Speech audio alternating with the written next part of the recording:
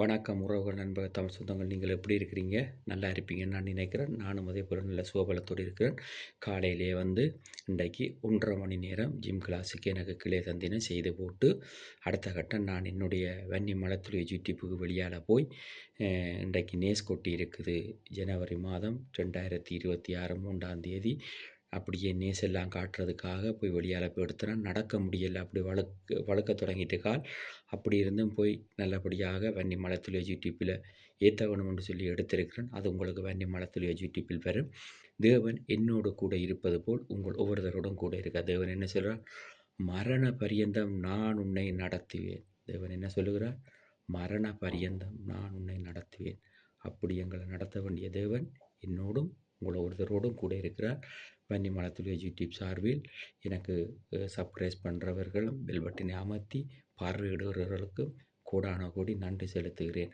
அதே போல் என்னுடைய ஃபேஸ்புக் நண்பர்கள், யூடியூப் நண்பர்கள், வாட்ஸ்அப் நண்பர்கள், ஃபோன் நம்பர்கள் எல்லாருக்கும் நான் தேவனுக்குள்ள வாரப்பட்டு ஜெபித்து கொண்டிருக்கிறேன்.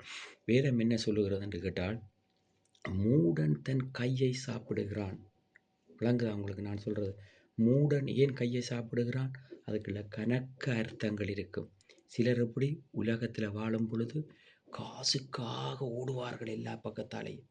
மனிதர்களை நேசிக்க மாட்டார்கள். ஆனால் பிரச்சனை ஒன்று வந்துவிட்டால் என்ன செய்வார்கள் தெரியுமா? பழைய ஏற்பாடு காலத்தில் சொல்வது போல் பல்லுக்கு பல்லும் கண்ணுக்கு கண்ணும் என்ற மாதிரி சில உலகத்தில் வாழ்கிறவர்கள் நினைப்பார்கள். நாங்கள் தேவனுடைய பிள்ளைகள் அப்படி அல்ல. சில பேர் என்ன செய்வார்கள்?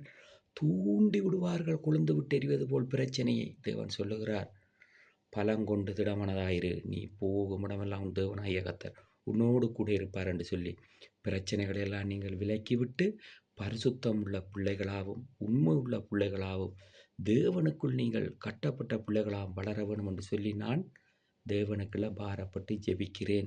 நான் உண்மையிலேயே வன்னியிலே இருந்து என்னுடைய தம்பியாக்கள், இலங்கையிலிருந்தும் சிலர் கதைக்கிறார்கள், வன்னியிலிருந்தும் கதைக்கிறார் தம்பியாக்கள், பாரப்பட்டு நான் ஜெபித்து கொண்டிருக்கிறேன்.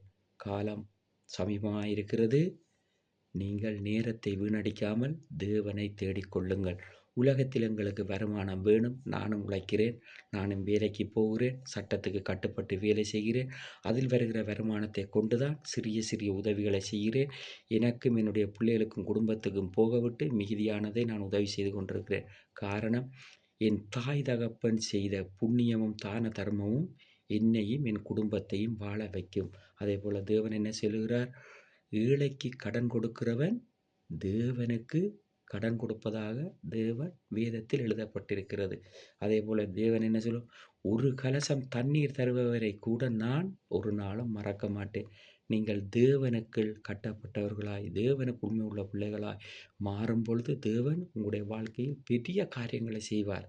அதே போல எனக்கு ஃபேஸ்புக்கில் தேவையில்லாத விடயத்தை ஒரு மனிதன் பகிர்ந்து கொண்டிருக்கிறான்.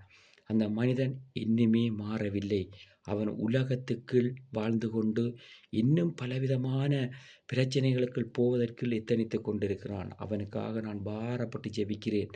ஏனென்று கேட்டால், அதான் உங்களுக்கு சொல்கிறேன், மூடன் தன் கையை சாப்பிடுவது போல் அவர்கள் பிரச்சனைக்காக உலகத்தில் எப்படி பச்சிக்கிற சிங்கம் போல வகை தேடிக்கொண்டு திரிகிறார்கள், யாரை கச்சிக்கலாம் என்று சொல்லி. நீங்கள் மிக கவனமாகவும் ஞானமாகவும் இருக்க வேண்டும். எனக்கு நீங்கள் என்ன வேணுமென்றாலும் எழுதுங்கள், எது வேணுமென்றாலும் எழுதுங்கள், எப்படியான தொலைபோடர்கள் என்றாலும் பாருங்கள். எதை குறித்து நான் கவலைப்பட போதில்லை. ஏன் தேவரை சொல்கிறார்? இதோ நான் சகலத்தையும் செய்ய வல்லவராயிருக்கிறேன், உன்னை இதோ மரித்தவரிலிருந்து உயிர்த்தெழுதின தேவனாகிய கர்த்தர் நான் சொல்லுகிறேன், உன்னோடு கூட இருந்து நீ நடக்க வேண்டிய பாதைகளை உனக்கு காண்பித்து நான் நடத்துவேன் என்று சொல்லுகிறார். அதே போல தேவன் இந்த மாதத்தில் அநேக தேவைகள் எனக்கு இருக்கிறது. எல்லா தேவைகளையும் தேவன் இரக்கமாக்கி சந்தித்து கொண்டிருக்கிறார். அதே போல என்னுடைய அண்ணன்மார், தம்பிமார் என்னோடு பேசி கொண்டிருக்கிறார்கள். ஃபாதர், எப்படி இருக்கிறீர்கள்? சுகமாக இருக்கிறீர்களா? உடல் நலங்கள் எப்படி? நீங்கள் நல்லா இருக்கிறீங்களா? குடும்பம் எப்படி இருக்கிறது? பிள்ளைகள் எப்படி இருக்கிறது என்று அநேகர் விசாரிக்கிறார்கள். ஏன் விசாரிக்கிறார்கள்? நல்ல மனிதர்களை அன்பாக நேசிப்பதுதான் தமிழர்களுடைய மரபு. அதே போல உலகத்துக்குள் வாழ்ந்தாலும் கூட நாங்கள் என்ன செய்ய வேண்டும்? தேவனுக்குள் ஞானம் உள்ளவர்களாக இருக்க கற்றுக்கொள்ள வேண்டும். அப்பொழுதுதான் தேவன் என்ன, சர்ப்பத்தில் நீ உண்மையாயிரு, மிகுதியானதில் நான் உன்னை உயர்த்துவேன். எப்படி? நான் தேவனுக்குள்ள ஞான ஸ்நானம் எடுக்கப்பட்டு பரிசுத்தவானாக பரிசுத்தமாய் வாழ்ந்து கொண்டிருக்கிறேன். தேவரீர் என்னோடு கூட இருக்கிறார். நான் அதற்காக அடுத்தவர்களை தேவன் என்ன சொல்கிறார்? குற்றம் சொல்வதும், குறை சொல்வதும் உன்னுடைய விடயம் அல்ல. நீ உன்னுடைய பாதையை பார்த்து நட. தேவன் என்ன சொல்கிறார்? உன்னை சபிக்கிறவர்களை நான் சபிக்கிறேன். உன்னை ஆசீர்வதிக்கிறவர்களை நான் ஆசீர்வதிக்கிறேன். உனக்கு யார் சத்துருக்கள்? சகோதரர்கள் தான் உனக்கு சத்துருக்கள் என்று சொல்லி என்ன சொல்லுகிறது? வேதம் திட்டமும் தெளிவுமாய் எழுதப்பட்டிருக்கிறது. ஆதலால் ஞானமாய் நடந்து கொள்ளுங்கள். எனக்கு நீங்கள் எழுதுகிற ஒவ்வொரு விடயமும் என்ன செய்யப்படும்? போக வேண்டிய இடங்களுக்கு சென்று கொண்டிருக்கும். நான் பேசுக்கும் யூடியூப்பும் வைத்திருக்கிறேன் என்று சொன்னால் என்னை யார் கவனிப்பார்கள்? சட்டம் கவனித்துக் கொண்டிருக்கும். என்ன வருகிறது? எந்த இடம் வருகிறது? எந்த வீல் வருகிறது? எல்லாத்தையும் அவர்கள் பார்ப்பார்கள். எங்களுடைய தமிழர்கள் ஒருதரும் தவறானவர்கள் அல்ல. நீங்கள் தவறாக நடக்கவும் கூடாது. நல்ல விடயத்தை செய்யுங்கள். நல்லதை பகிர்கள். அதே போல தேவன் உங்களோடு கூட இருப்பார். நான் ஏறக்குறைய இன்றைக்கு தேவனை ஏற்றுக்கொண்டு ஏறக்குறைய 30 வருடங்கள் கடந்து விட்டது. ஆனால் தேவன் என்னோடு கூட இருந்து முதிர் வயதிலும் தேவன் என்ன சொல்கிறார்? நீ வழி விலகி போய்விடாதபடி உன்னை நான் நடத்துவேன் என்று வேதம் சொல்லுகிறது. அருமையான தேவ பிள்ளைகளே, அருமையான தேவ ஜனங்களே, நீங்கள் தேவனுடைய பக்கம் மனம் திரும்புங்கள். நானும் எனக்கும் என்ற ஒரு சபையில் சகோதரர் அருள் பிரதருடைய சபையில் சென்று நானும் வருகிற நாளைய தினம் ஆராதனை பார்க்க இருக்கிறேன். நீங்களும் அந்த சபைக்கு வாருங்கள். அது பரிசில் இருக்கிறது. வந்து ஆராதியுங்கள். அந்த இடத்தில் உங்களுக்கு தேவன் விடுதலையையும் தேவன் இரட்சிப்பையும் உங்களுக்கு தேவரீர் தருவார். அதே போல தேவன் என்னோடு கூட இருந்து வழி நடத்துகிறார். நேற்றைய தினத்தில் நான் வர முடியவில்லை. காரணம், எனக்கு அநேக வேலைகள் புது வருடம் தொடங்கி விட்டோன்னு.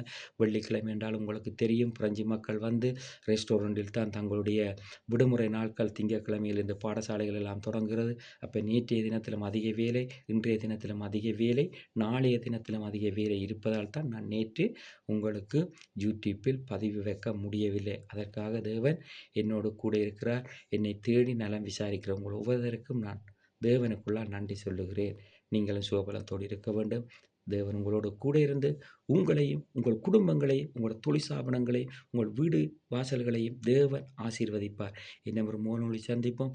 நன்றி வணக்கம் கூறி உங்களிடமிருந்து விடைபெற்றுக் கொள்கிறேன். உங்கள் நண்பன் அன்றன். நன்றி வணக்கம்.